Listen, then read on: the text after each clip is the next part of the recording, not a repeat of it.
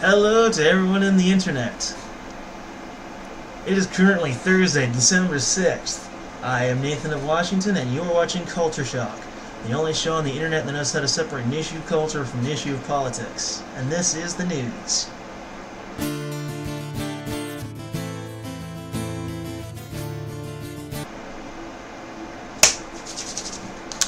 Alright folks, how y'all doing? Oh, hold on.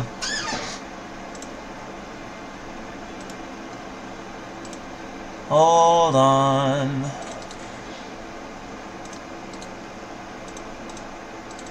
There we go. I had to fix my bullet points. Now, in case you're wondering, I have these bullet points, not like a straight up script, but just these bullet points, because if I don't have them, I tend to ramble. I can actually be kind of rambly as it is. Anyway, so the UK Parliament recently published some sensitive documents from Facebook. Now, before you ask, no, this was not any like data mining type operation. This had more to do with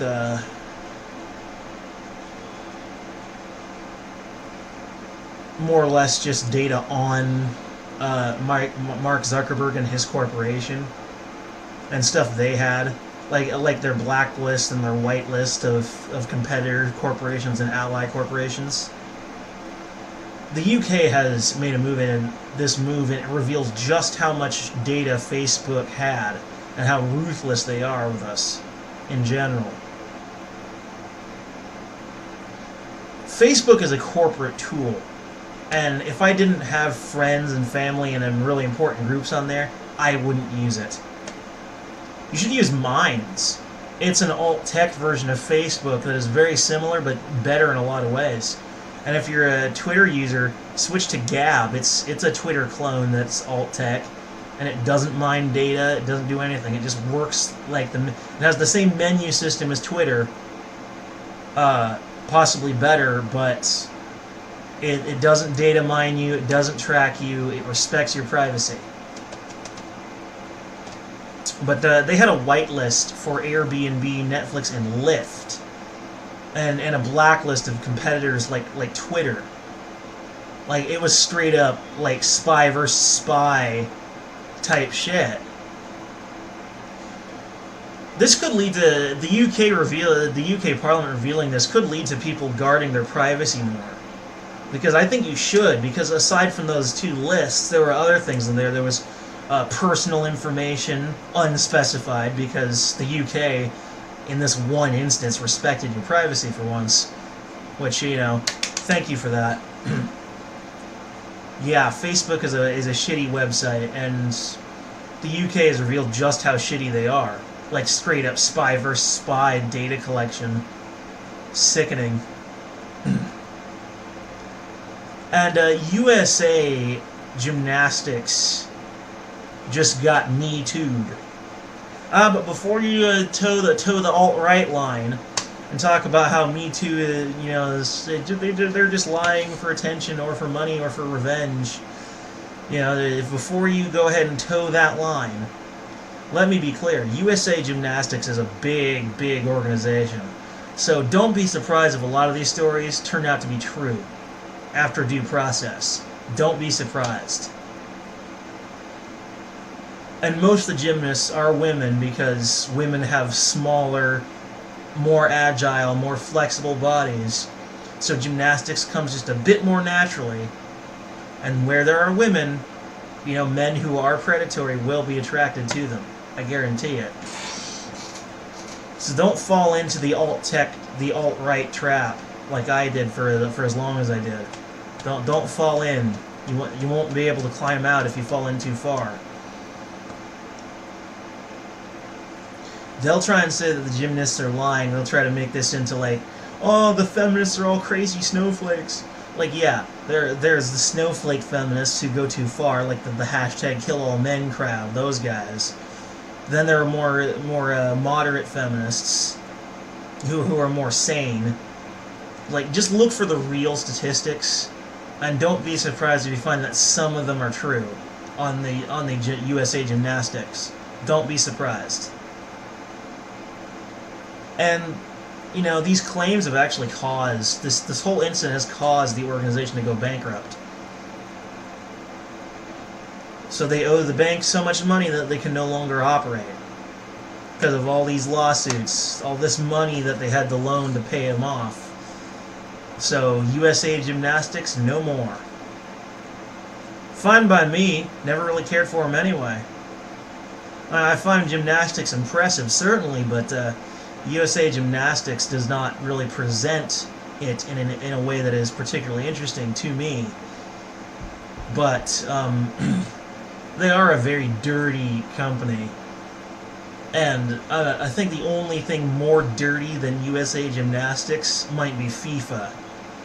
Where, you know, the European soccer organization, where if you play for them, the way their contracts are set up, they basically own you. And the USA Gymnastics has a pretty similar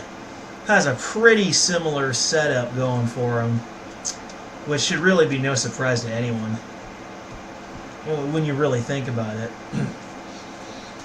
Anyway, to our final two stories, and this one is just unbelievably stupid. Rudy Giuliani accidentally typos a link to a Trump-hating website on Twitter, where he was typing about something on Twitter, you know, tweeting, and then all of a sudden, somewhere in there, he was trying to talk about the G20 meeting, and he accidentally created a link to a website hating on Trump. And then he ignorantly claims that Twitter let someone infiltrate his tweet. And, like, yeah, no, people Rudy Giuliani's age, like, I don't want to admit this, but I still kind of live at home with my parents. And you know what? Not to hate on the baby boomers in particular, but most baby boomers are not particularly tech literate.